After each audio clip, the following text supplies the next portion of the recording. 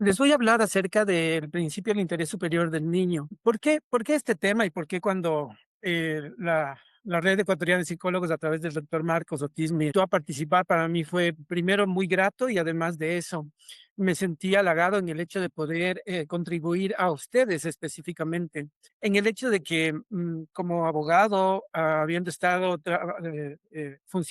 habiéndose servido por más de 20 años en el sector público, pero específicamente dentro de los grupos de atención prioritaria, en el Consejo de Protección de Derechos, en la Junta Cantonal de Protección de Derechos, y además siendo abogado en el libre ejercicio, especializándome específicamente en la protección de las víctimas. Creo que en el campo de la psicología existe una deficiencia interesante, y esta deficiencia tiene que ver con el comprender específicamente qué es el principio del interés superior Y ustedes conocen cuáles son los sistemas de protección, pero muchas veces nosotros dejamos de aliar el tema de los niños a, a- y su interés superior a todo el trabajo que realizamos. Primero, debemos entender un poco acerca de la evolución histórica. Los derechos de la niñez se han evolucionado muchísimo. Antes nosotros tenemos un enfoque muy asistencialista. Todos hacíamos todo, les dábamos todo. Los niños no eran considerados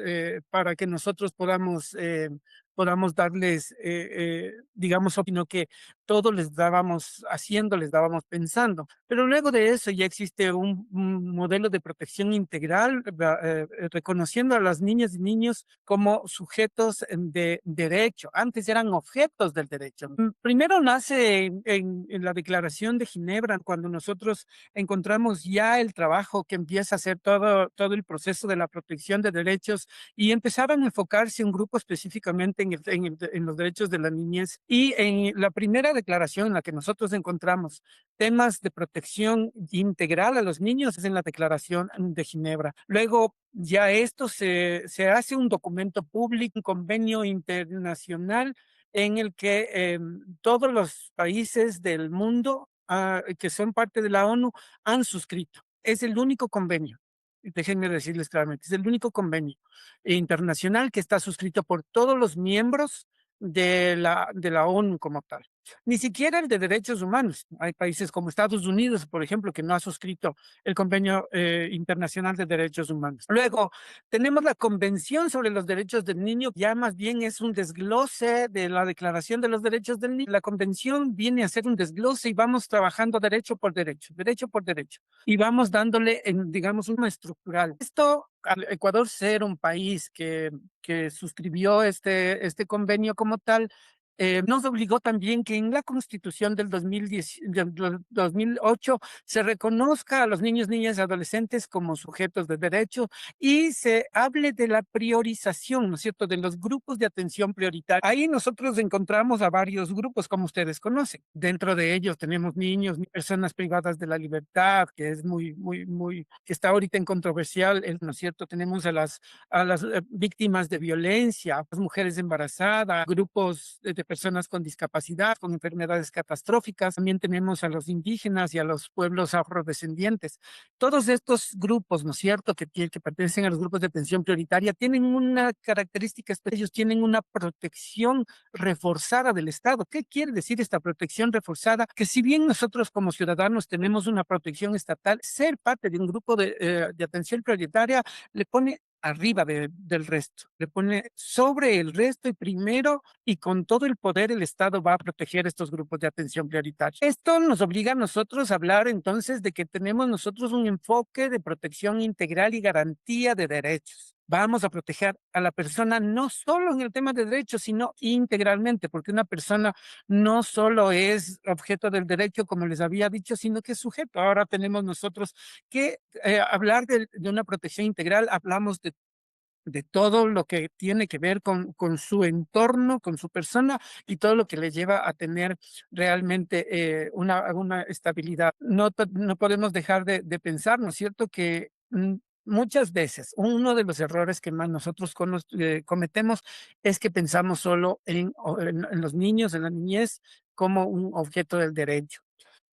Ahora hay que entender ¿Cuál es la situación para que nosotros podamos hacer una diferencia? Tenemos un paradigma tutelar que es, digamos, cómo nosotros generalmente concebimos a los niños y cómo debemos nosotros cambiar esta forma en la que vamos a proteger a los niños, ¿no? Primero, un niño es un objeto de protección, consideramos que es una persona incapaz, dependiente totalmente de los adultos y del Estado.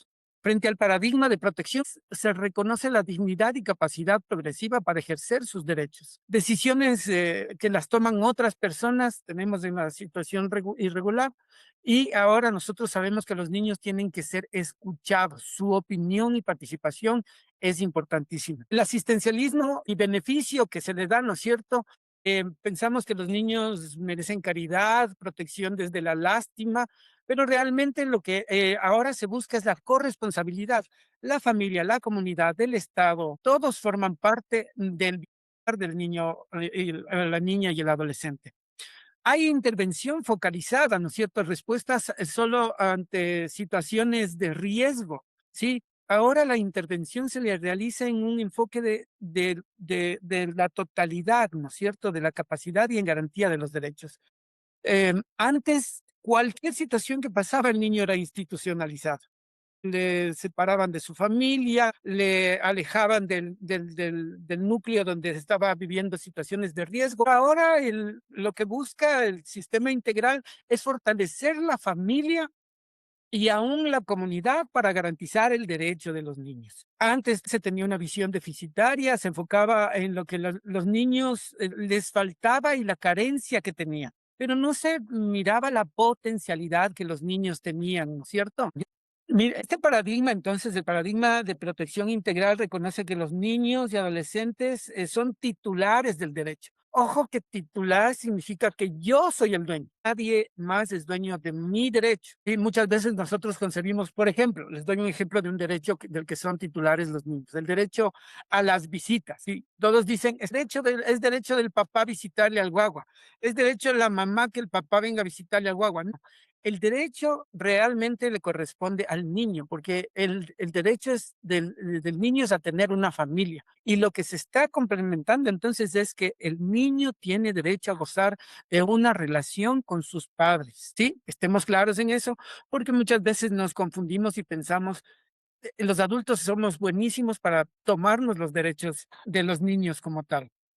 Es importante también que que vayamos conociendo que en el derecho existe también el tema de la priorización de los derechos. Hay derechos que tienen más peso que otros y siempre vamos nosotros a ponderar derechos. Realmente es el principio de ponderación el que se llama. Entonces, ¿qué derecho es más importante que otro? Primero que todo, los derechos humanos en sí, absolutamente todos son derechos iguales, interdependientes, indivisibles, progresivos, son universales, pertenecen a todas las personas, no son revocables, excepto unos. Por ejemplo, un derecho revocable, el derecho a los alimentos. Cuando una persona cumple 18 o 21 años, depende. Si está estudiando, no, el derecho de los alimentos, ¿no es cierto? Caduca, no se revoca, caduca el derecho a los alimentos. Pero si hablamos del derecho a la vida, es un derecho que no caduca, el derecho a la alimentación no caduca, la salud son derechos que no tienen un fin como tal hasta que la persona deje de existir como tal. Entonces, es importante que nosotros vayamos un poco entendiendo cómo es que el juzgador o la entidad, la autoridad administrativa pondera derechos, porque generalmente nosotros nos encontramos con abogados en estas posiciones. Los abogados tenemos un pensamiento bastante cuadrado en el tema de la aplicación, que muchas veces vulnera también derechos, ¿no? Porque tampoco tienen ellos la visión completa en lo que tiene que ver con los derechos de los niños. Miren, podríamos decir que nosotros tenemos el derecho de participación y que es el que reconoce que los niños, niñas tienen que ser escuchados dentro de la pirámide. Luego tendríamos el derecho de protección, ¿no es cierto? Como un derecho a vivir en familia, protección frente a toda forma de violencia, ¿no? Lo que buscamos específicamente acá es asegurar el entorno, sí, para que el niño esté asegurado de riesgos y abusos. Asimismo, tenemos el tema del desarrollo de la persona, ¿no? Ahí viene el derecho a la educación, a la identidad, el juego, a la cultura. y todo lo que tiene que ver con su desarrollo integral, ¿sí? Digamos, cúspide de la pirámide tenemos el derecho a la supervivencia. Aquí tenemos el derecho a la salud, el derecho a la vida, principalmente, ¿no? Y a los cuidados básicos como tal. Miren, si en algún momento ustedes deben priorizar un derecho, tienen que hacerlo en este orden, entendiendo que la vida es el supremo derecho, que nadie puede irse en contra de esto. La salud tiene que ir también en el mismo estado. Recordemos que si nosotros no tenemos vida, ¿cómo hacemos participar? ¿Cómo hablamos de participación o cómo protegemos a alguien que no tiene vida? Entonces hay que asegurar, ponderar estos derechos. Este derecho es más importante, pero ojo, la protección integral, ¿no es cierto?, tiene que ver que yo voy a trabajar con todos los derechos. La realización plena de la niñez solo es posible cuando se garantizan todos los derechos de manera simultánea. Interés superior del niño exige un equilibrio entre todas las dimensiones de sus derechos para asegurar su bienestar integral. ¿Qué quiere decir esto? Y cuando yo estoy cuidando el derecho a la vida de un niño, no puedo dejar de mirar, por ejemplo, dónde está viviendo, cómo está su casa, cómo estamos nosotros en el tema de su desarrollo integral, su educación. Sí, todo esto está entrelazado, entrelazado. Por eso la protección integral, ¿no es cierto? Es algo que nosotros debemos entender que es todo. Para comprender mejor el tema del interés superior de los... Primero es necesario que comprendamos que es un principio, un derecho y una norma de procedimiento. Esto es un poco complejo de entender para ustedes, voy a explicar. Principios, los principios son estructuras constitucionales. Esto se encuentra establecido en la Constitución. El principio al debido derecho, por ejemplo, ¿no es cierto? ¿Qué es este principio al debido derecho? Que es que todos debemos seguir un procedimiento establecido en las normas para que seamos juzgados, sancionados, encarcelados y todo el tema. Asimismo, superior es un procedimiento, es un derecho, es una garantía constitucional y que va más allá de la Constitución. Recuerden que en el rango constitucional no solo nosotros tenemos la Constitución, sino todos los convenios internacionales como tal. Sí, pero miren, qué interesante esto, ¿no? Porque es un principio, un derecho, una norma de procedimiento que obliga a todas las personas, autoridades e instituciones a tomar decisiones que favorecen de manera prioritaria el desarrollo integral de niñas, niños y adolescentes. Es decir, esto no es algo que yo puedo coger porque quiero. No, no, el principio de superior es una obligación. Y al interés superior del niño em, es un principio. Todas las personas que estamos dentro de nuestras actividades como servidores públicos y como personas que atendemos en nuestra consulta privada, por ejemplo, también tenemos que aprender que esto es una obligación. Debemos tomar las decisiones que favorecen de manera prioritaria el desarrollo integral y la protección de los niños, niñas y adolescentes. En el artículo 3.1 de la Convención sobre los Derechos del Niño, todas las medidas concernientes a los niños, niñas y adolescentes que tomen instituciones públicas o privadas de bienestar social, tribunal, autoridades administrativas o los órganos legislativos, a consideración primordial a que se atenderá será el interés superior del niño. Es importantísimo que comprendamos que nosotros tenemos que en todas nuestras acciones, como un concepto, podríamos entender que el interés superior del niño es la consideración primordial que debe guiar toda decisión, acción o medida que pueda afectar a niños, niñas y adolescentes. Implica colocar su bienestar integral por encima de cualquier otro interés legítimo. Un ejemplo que les puedo dar. Cuando se hunde un barco, ¿qué es lo que primero dice el capitán? Los niños y las mujeres primero. Eso, por ejemplo, es un ejemplo muy básico acerca de cómo es el interés superior del niño.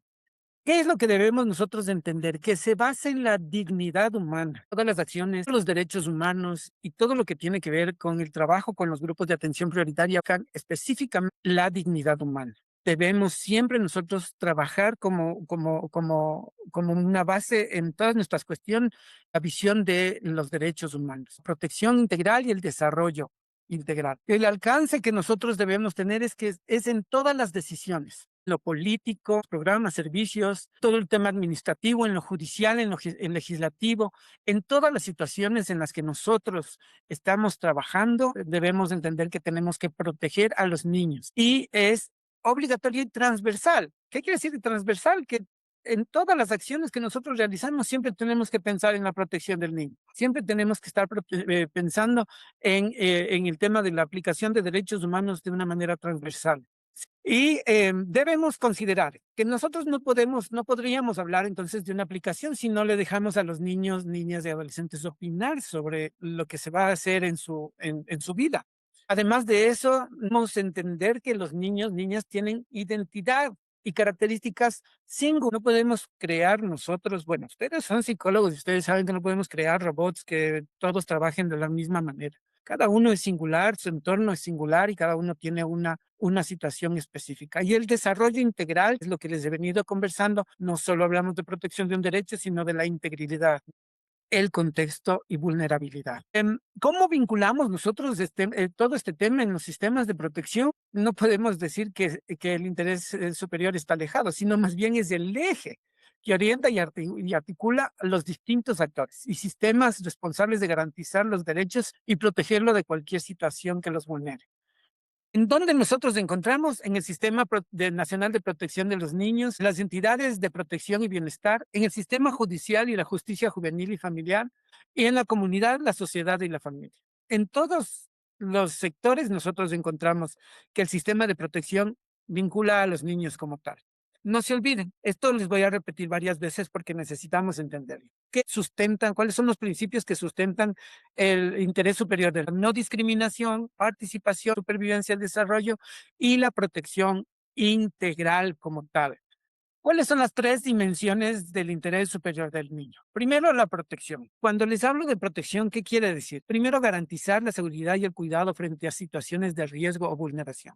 ¿Qué incluye? La protección frente a toda forma de violencia, entorno seguro y libre de amenazas, acceso a redes y servicios de protección. Después hablamos de la protección. Asegura condiciones materiales, educativas, de salud y desarrollo. Incluye acceso a la educación de calidad, acción en salud física y mental, acción condiciones para el desarrollo y satisfacción de necesidades básicas. Y por último, la participación, escuchar su opinión, ser escuchado en asuntos que le afectan, estar libremente su opinión y participar en decisiones que le conciernen.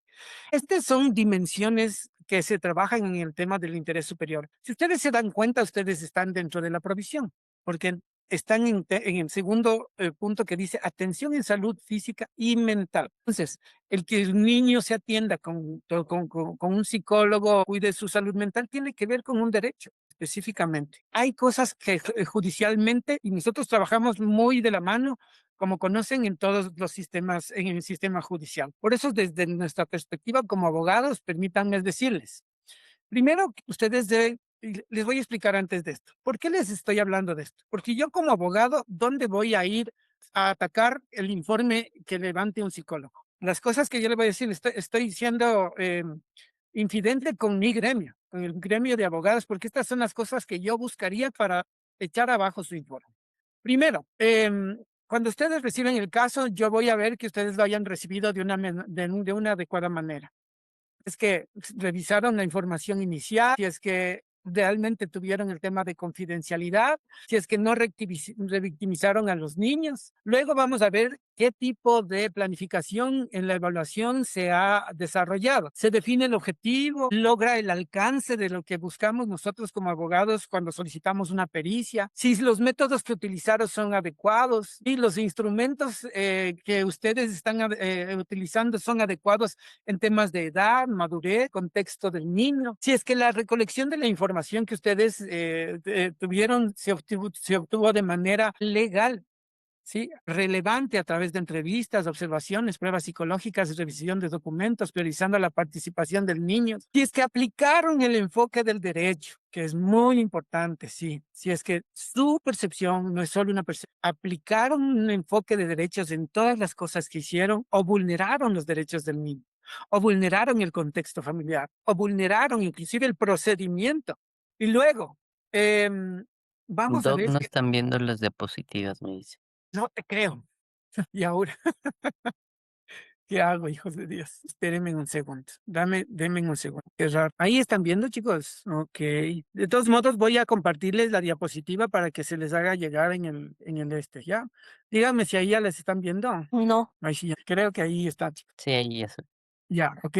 A atacar directamente, ¿no es cierto? Miren, La valoración del interés superior. Esta es una parte muy interesante, porque para nosotros como abogados lo que vamos a buscar siempre es atacar específicamente el que el enfoque que aplicó el psicólogo no es un enfoque que va a proteger total y absolutamente a los. Entonces, aquí es donde nosotros vamos a atacar. Nunca vamos a dejar que el informe violente otro derecho. O sea, puede ser que le esté protegiendo acá, pero está violentando otro derecho. Ahí es donde nosotros podríamos lograr que el informe se caiga. Y la otra es que el informe tenga todo lo que determina la ley. Que un informe, ustedes conocen que existen reglamentos emitidos por el Consejo de la Judicatura en el que se determina claramente que debe tener si el informe no tiene todas estas cosas que nosotros necesitamos dentro del proceso, les vamos a echar abajo.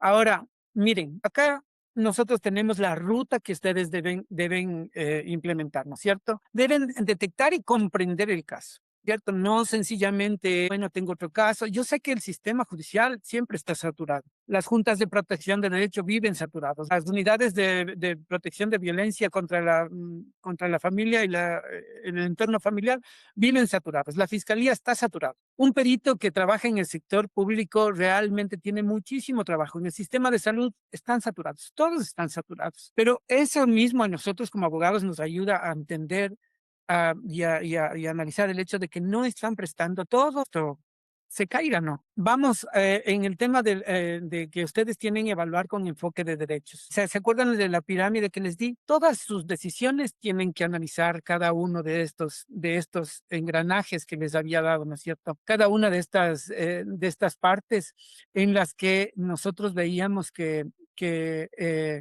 los derechos tienen que ser ponderados, ¿no es cierto? Tienen que ser ponderados. Entonces, ahí es donde nosotros vamos a darnos cuenta si están realmente analizando con enfoque de derecho o no lo están, ¿ok? Perdón.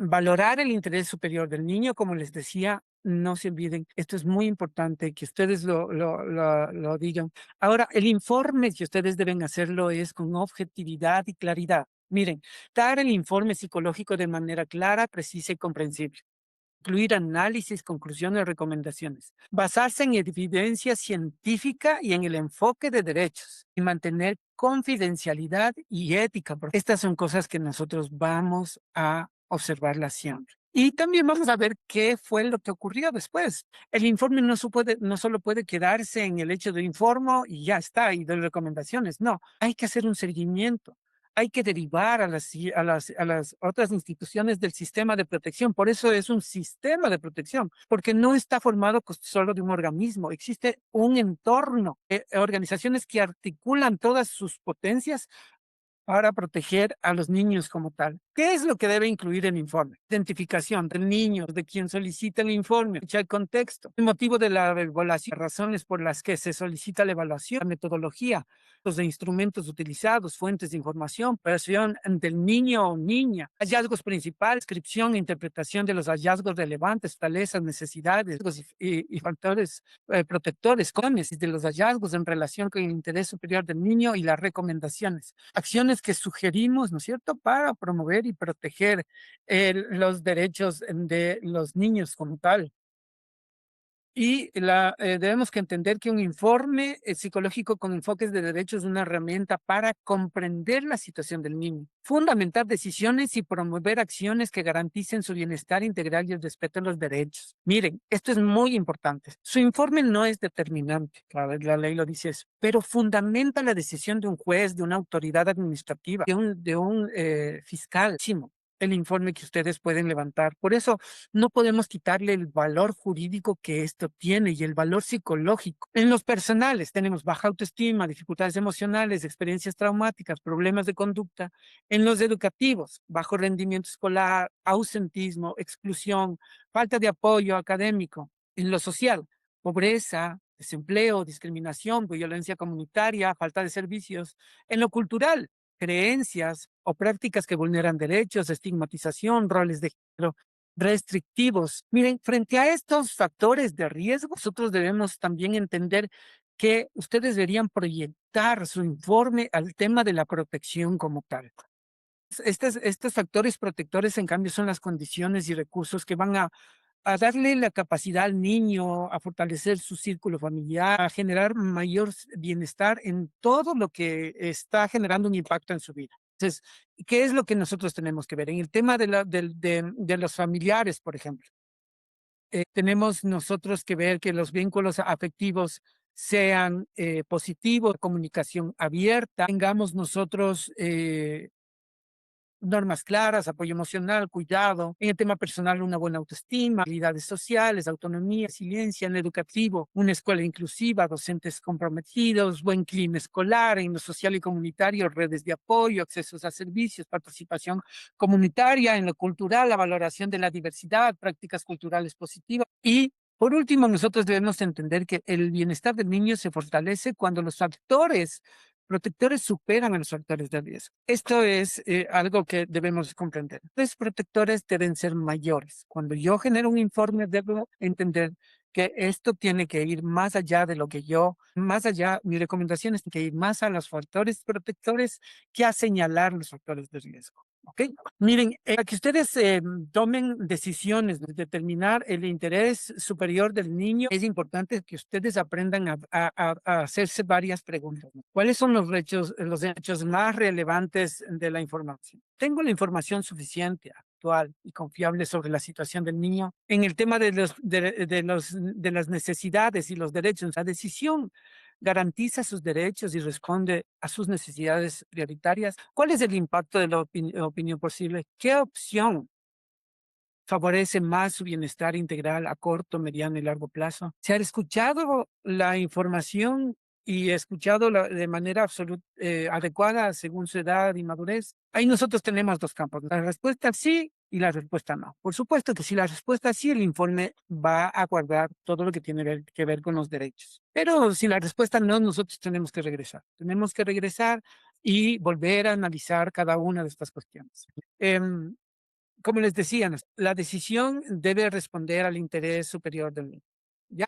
Y no podemos olvidarnos nosotros de lo que les decía, principios que deben guardarse siempre. Les quiero hacer una invitación a la masterclass. Miren, la masterclass que vamos a desarrollarla, ya se comunicará la fecha específicamente. He generado ya un manual para participantes donde vamos a desarrollar un poquito más desgregada la información y ustedes van a poder comprender el principio del interés superior del niño en la práctica psicológica dentro de los sistemas de protección. He desarrollado, y ustedes van a decir, ¿cómo es que este loco desarrolló un informe psicológico? Basándonos en las normas determinadas en las resoluciones emitidas por el Consejo de la Judicatura, pude desarrollar un informe psicológico donde están cada uno de los apartados que pide. Y también aquí hay una lista de verificación del interés superior. Voy a entregarles también este material en el que ustedes cada vez que tengan que verificar, ustedes mismos se hagan un checklist y digan, sí hice esto, sí recopilé bien la información, sí hice el tema de la identidad, sí hice el tema del entorno familiar, estoy bien con los factores de riesgo y toda la cuestión. No se olviden, detrás de cada expediente hay un rostro, detrás de cada evaluación hay una infancia, detrás de cada decisión hay un futuro que depende en parte de nuestra responsabilidad profesional. Muchas gracias, queridos amigos. Buenas noches y será un gusto poder conversar con ustedes nuevamente en la masterclass.